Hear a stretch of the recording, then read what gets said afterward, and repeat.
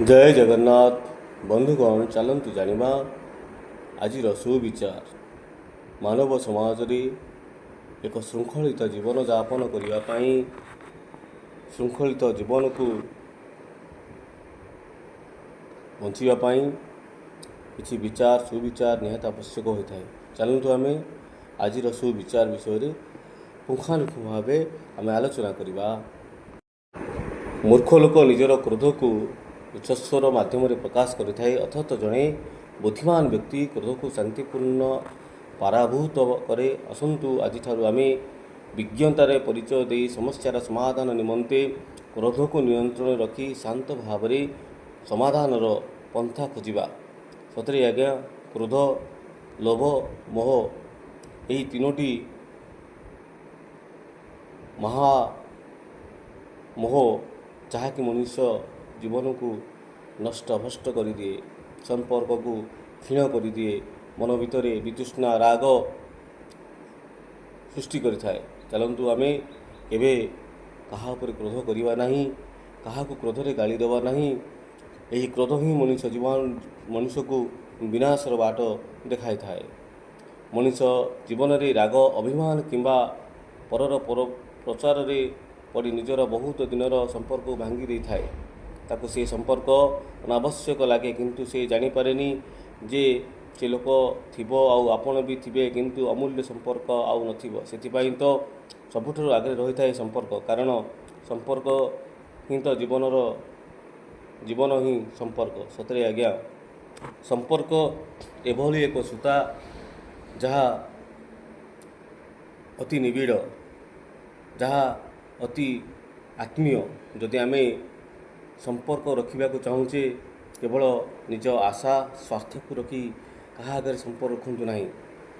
जितेबले व्यक्ति जापर जे आपण स्वार्थपी से लोक सहित संपर्क रखुंट से लोक को बहुत कष्ट लगे। संपर्क हूँ एभली एक सूता जहाँ संभाल की रखाटा ही बुद्धिमान परिचय। किंतु आजिकार मनुष्य संपर्क को केवल निज स्वार्थ पर व्यवहार करती। आज्ञा से भली करंतु नहीं। जदि आपण संपर्क रखापी संपर्क रखापी जदि आपण पाखे क्षमता नहीं, सक्षम नहीं, ताहले केबे सक्षम निज अन्य का सहित संपर्क गढ़ंतु नहीं। कारण संपर्कर सूता जितेबाला सीढ़ी जाए बहुत कष्ट हुए, जहाँकि कही हुए ना कि सही हुए ना। सदाबले जान रही संपर्क होची भगवान एवं भक्तर जो भाव संपर्क से भाव बंधु परिजन बंधु बांधव समस्त सहित सुसंपर्क स्थापन करंतु। देखिए आपण जीवन में केबे कष्ट दुख आसब ना। सही संपर्कर सूतार बंधा होता बंधु परिजन ही आपण पाखे सबु समय दंडायमान थे। से जीवन में किसी मूल्य नहीं न थाए जदि अन्यर उपकार न आसे, से रूप किसी मूल्य ही न थाए जदि गुण न थाए, से विद्यार किसी मूल्य ही न थाए जदि विनम्रता न थाए, से अस्त्र किसी मूल्य नहीं न थाए जदि साहस न थाए, से खाद्यर किसी मूल्य नहीं जदि पेटरे भोक न थाए, से धनर किसी मूल्य नहीं जदि कहार साहाय्य न आसे। आज्ञा ये हूँ जीवन किसी मूल्यवान तथ्य। आपको गुरुतर भाव नियंतु, गुरुतर भाव चिंता करंतु। चलतु आपको पर्यायक्रमे आम गोटे गोटे कर आलोचना करवा। से जीवन में किसी मूल्य न थाए जदि अन्यर उपकार न आसे। सतरे आज्ञा जदि आम अन्य को उपकार करिपरिबा नहीं, उपकार केवल नुहे जे आम धन संपत्ति देकी आम क्या उपकार करवा, से नुह। असमय जदि आम क्या पाखे गुंडीची मूषा भली साहस टी करवा, ताहले आमर बहुत पुण्य मिल।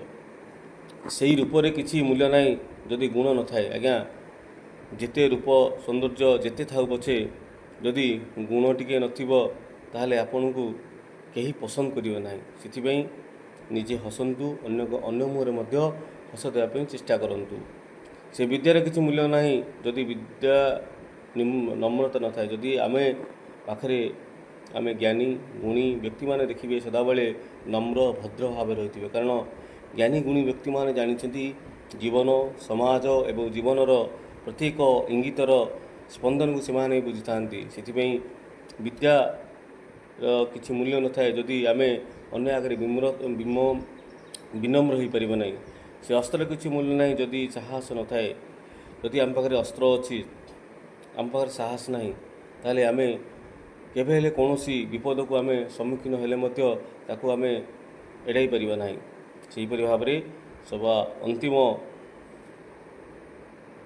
सुविचार जदि पेटरे भोक न थाए ताहले आमे कौन खाद्य प्रति आम आग्रह न थाए से धनर किसी मूल्य न थाए जदि कहार साहाय्य न आसे आज्ञा समस्ते आम धन उपार्जन करुचे समस्ते आम गाड़ी घोड़ा घर द्वारा सब कर रहीचे किंतु कहा भी करें आम निजे निजपाई से आम जो धन उपार्जन करुचे से किसी दान धर्म निहात करिया दरकार दान धर्म व्यक्ति मान ही स्वतंत्र एक परिचय थाए समाज रे रोचु आज सुविचार जदि आपको भल लगी थाए निश्चय भाव आम चैनल को लाइक सब्सक्राइब और शेयर करूँ। जय जगन्नाथ जय सिंह शंभु।